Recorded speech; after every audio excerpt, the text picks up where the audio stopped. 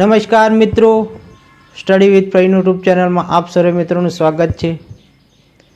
મિત્રો, છેલ્લા કેટલાક દિવસથી બીપીએલ અને એપીએલ રેશન કાર્ડ ધારકોના ઘરે નોટિસ આવી રહી છે અને આ નોટિસ આવવાના કારણે લોકોમાં ચર્ચા થઈ રહી છે કે રેશન કાર્ડ બંધ થઈ જશે, અનાજ મળતું બંધ થઈ જશે।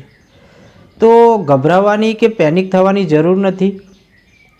શું છે આ નોટિસની સાચી હકીકત, કયા કારણોસર આ નોટિસ આપવામાં આવી છે, તેમજ અન્ન અને નાગરિક પુરવઠા મંત્રી કુંવરજી બાવળિયાને શું સ્પષ્ટતા કરી છે અને આ નોટિસ જો તમને મળે તો એનો જવાબ તમારે શું આપવો, આ સંપૂર્ણ ચર્ચા આજના વિડીયોમાં આપણે કરવાની છે। તો વિડીયોને અંત સુધી બન્યા રહેજો। ચાલો શરૂ કરીએ। મિત્રો, રાષ્ટ્રીય ખાદ્ય સુરક્ષા અધિનિયમ અંતર્ગત જે બીપીએલ કાર્ડ ધારકો છે તેમજ એપીએલ કાર્ડ ધારકો છે તેમને સસ્તા દરે અનાજ મળતું હોય છે, પરંતુ અત્યારે સરકારે તમારી જે મિલકત છે, જમીન છે, આવક છે તેના આધાર પર ક્રોસ ચેક કરી રહી છે અને એમાં તમે પકડાયા તો તમારું નામ કમી થઈ જશે। પહેલાં સરકારે રાશન કાર્ડ ઈ-કેવાયસી કરવાનું શરૂ કરાવડાવ્યું।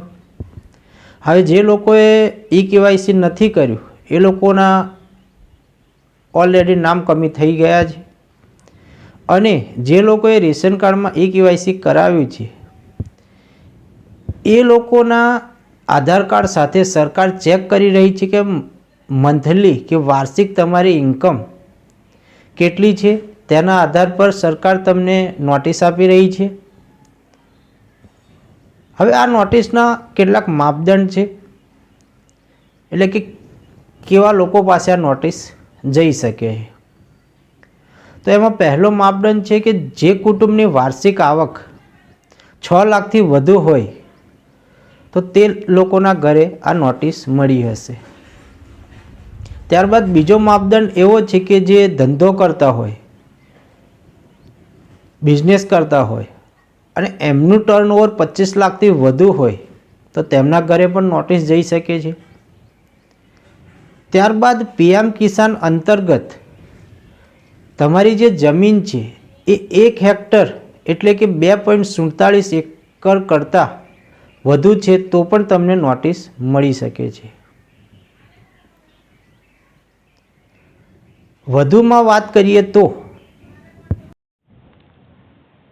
જે લોકો આવકવેરો એટલે કે ઇન્કમ ટેક્સ ભરનારા, મોટી જમીન ધરાવતા જમીન માલિકો, જીએસટી ચૂકવતા વેપારીઓ, કંપનીના ડાયરેક્ટરો, આ ઉપરાંત મૃત્યુ પામેલ વ્યક્તિઓના નામે ચાલતા કાર્ડ, આ તમામના ઘરે નોટિસ આવી શકે છે।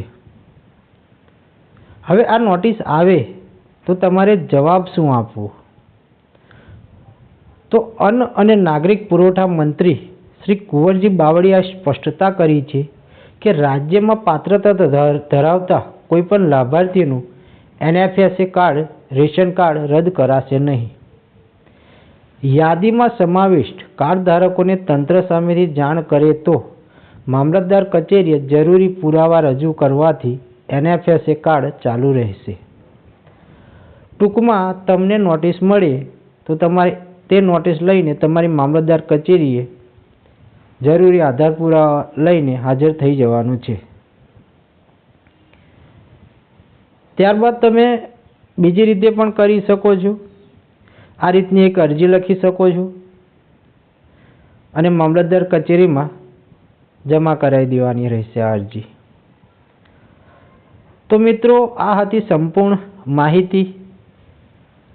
તો ગભરાવાની કે પેનિક થવાની જરૂર નથી। મને આશા છે કે વિડીયો તમને પસંદ આવ્યો હશે। જો વિડીયો પસંદ આવ્યો હોય તો લાઈક, શેર અને સબસ્ક્રાઈબ જરૂરથી કરજો। નેક્સ્ટ વિડીયોમાં ફરીથી મળીશું। જય હિન્દ, જય ભારત।